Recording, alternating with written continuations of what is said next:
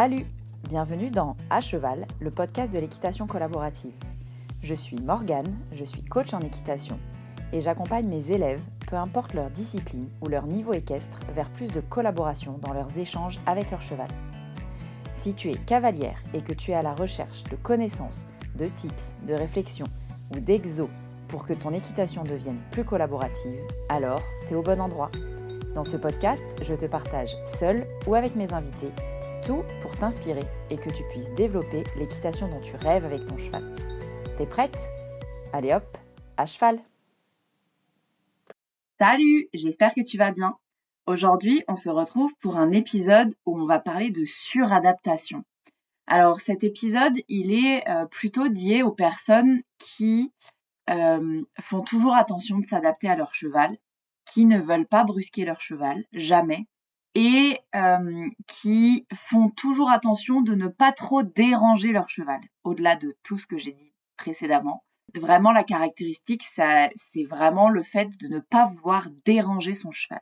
C'est hyper intéressant, ce sujet-là, et c'est un sujet que je traite souvent avec mes élèves, parce que, comme tu le sais, j'accompagne des personnes qui ont peur à cheval, et j'accompagne des personnes pour apprendre à respecter le physique de leur cheval dans leur biomécanique et dans leurs besoins, dans leur locomotion.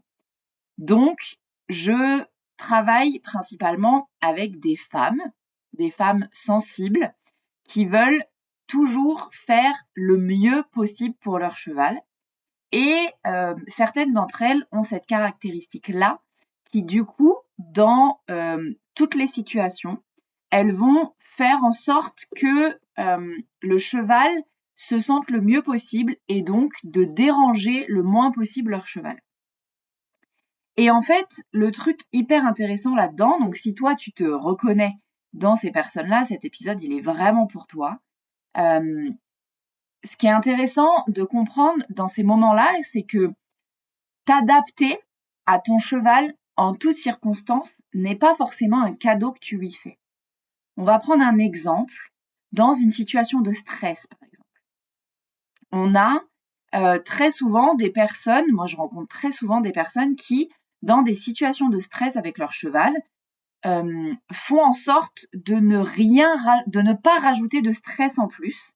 Et pour ça, elles ne font pas grand-chose ou le moins possible. C'est-à-dire que si leur cheval stresse en balade, par exemple, parce que elles vont croiser un endroit, j'en sais rien, l'arbre où il y a quelque chose dans les feuilles qui stresse leur cheval et leur cheval demande à accélérer parce que le stress fait qu'il veut fuir la situation, les personnes vont le suivre, augmenter leur pas. Et du coup, elles vont s'adapter à leur cheval et j'ai envie de dire même se suradapter. Parce que le truc intéressant de se dire, c'est que dans les situations de stress, le cheval, s'il doit se gérer tout seul, il va aller dans la fuite. Très, très, très souvent. Mais que, au-delà de le déranger dans ce moment-là, ce que vous pouvez faire, vous, en vous imposant, c'est surtout de le sécuriser. Et en fait, c'est ça qui est hyper intéressant dans ce que j'ai envie de te partager aujourd'hui, c'est que on a des chevaux qui sont, si tu travailles dans ce sens-là, sécurisés par ta présence, par les exercices que tu lui proposes.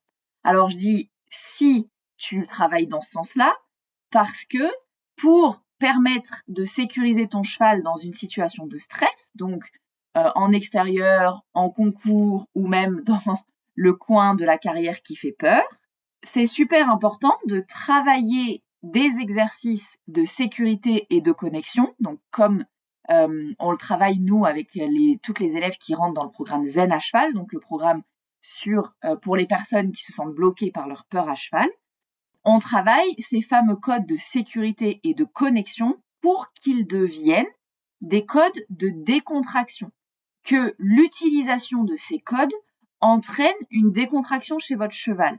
On conditionne un peu, en fait, le cheval avec ces codes-là. Et c'est super intéressant parce que si vous renforcez la décontraction grâce à ces codes spécifiques, donc que sont les transitions descendantes, l'arrêt, le reculer, le baisser la tête, l'arène d'arrêt d'urgence. Nous, c'est les codes de sécurité qu'on utilise dans Zen à cheval, mais on les développe et on les travaille au quotidien, même dans les situations pas stressantes, pour renforcer le fait que ces codes-là et l'utilisation de ces codes-là entraînent une décontraction chez le cheval. Et si ces codes-là sont conditionnés comme ça et que vous faites attention de les utiliser dans ce sens-là aussi dans des situations de stress, eh bien, au-delà de vous adapter et de vous suradapter à votre cheval tout le temps, ce qui n'est pas forcément un cadeau que vous leur faites, vous allez pouvoir à ce moment-là réagir et prendre le lead de la situation pour permettre à votre cheval de se sécuriser en votre présence. Et c'est vraiment ça qui est super intéressant et que j'ai envie de te partager là, c'est que les personnes souvent qui se suradaptent, alors on l'appelle comme ça, avec leur cheval, c'est ma formulation à moi, mais l'idée c'est de faire toujours en sorte de suivre son cheval en permanence, même dans les situations de stress et presque surtout dans les situations de stress.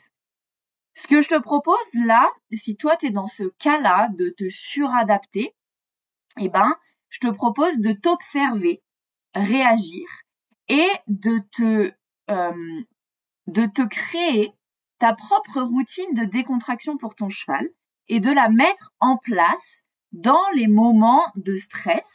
Alors, évidemment, la mettre en place dans les moments de stress nécessite, je le répète, de travailler dans une situation claire, simple, facile, dans un travail quotidien pour que ces codes deviennent des codes de décontraction, ok.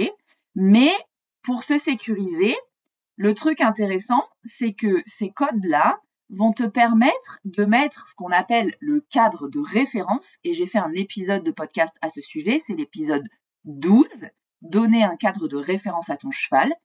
Et je te renvoie à cet épisode parce que dans cet épisode, je te partage à quel point c'est intéressant de proposer un cadre de référence et donc, entre guillemets, de t'imposer parfois et de prendre le lead de la situation pour que ton cheval puisse se sécuriser. Donc, voilà ce que j'avais envie de te partager sur cet épisode. C'est vraiment de te permettre de te rendre compte et de t'observer toi si tu as l'impression que tu réponds peut-être aux caractéristiques des personnes dont je parle dans cet épisode, de t'observer réagir avec ton cheval au quotidien et dans les situations un peu stressantes, de te rendre compte si est-ce que c'est lui qui stresse et du coup toi tu vas faire tout ce que tu peux pour qu'il arrête de stresser mais en t'effaçant et à ce moment-là tu vas te suradapter à ton cheval et donc ton cheval va presque pas voir l'intérêt que tu sois là, si je caricature et que je grossis le trait, mais du coup, tu ne vas pas lui être, entre guillemets, utile dans les situations de stress. Si tu t'observes dans ces situations-là, eh ben, tu vas pouvoir reprendre le lead de la situation pour cette fois lui apporter quelque chose. C'est un peu comme si tu prenais un enfant qui a peur par la main, tu vois. C'est intéressant parfois sur un enfant qui se met en panique ou une personne qui fait une crise de panique, de parfois juste dire waouh, je suis là, t'inquiète, t'es soutenu, tout va bien, je prends le lead de la situation et je vais te permettre de mettre un exercice de respiration en place, par exemple. C'est ce qu'on pourrait faire sur une personne qui se met à paniquer. Eh ben, les exercices de sécurité et de connexion avec ton cheval, ils vont avoir cet objectif-là aussi. Ils vont avoir l'objectif de permettre à ton cheval de se reconcentrer sur toi. Toi, tu vas faire l'effort de te relâcher, de respirer, de te rendre compte que tu prends le lead de la situation, de te rendre compte que tu contrôles le truc, du coup, de te rassurer aussi. Et du coup, tout ça va faire un cercle vertueux et va vous permettre l'un et l'autre de vous sécuriser et de passer ce moment de stress ensemble de manière constructive. Voilà. C'est ce que j'avais envie de te partager dans cet épisode de podcast. N'hésite pas, si tu te sens dans cette situation-là au quotidien et que cet épisode te donne des clés pour passer, si ça te donne de la clarté, n'hésite pas à me le dire sur mes réseaux sociaux. J'adore échanger avec vous et comprendre quels épisodes vous aident à quoi quand je vous partage dans mes podcasts. Tu peux aussi laisser un commentaire directement sur le podcast si tu l'écoutes sur une plateforme qui le permet. Et sinon, plus généralement, si le podcast te plaît et si le cœur t'en dit, tu peux laisser un commentaire et ou 5 étoiles sur la plateforme d'écoute que tu utilises. Tu peux aussi t'abonner pour être mis au courant des prochains épisodes. Et moi, je te laisse ici et je te dis à la semaine prochaine pour un nouvel épisode de À Cheval, le podcast de l'équitation collaborative. À plus!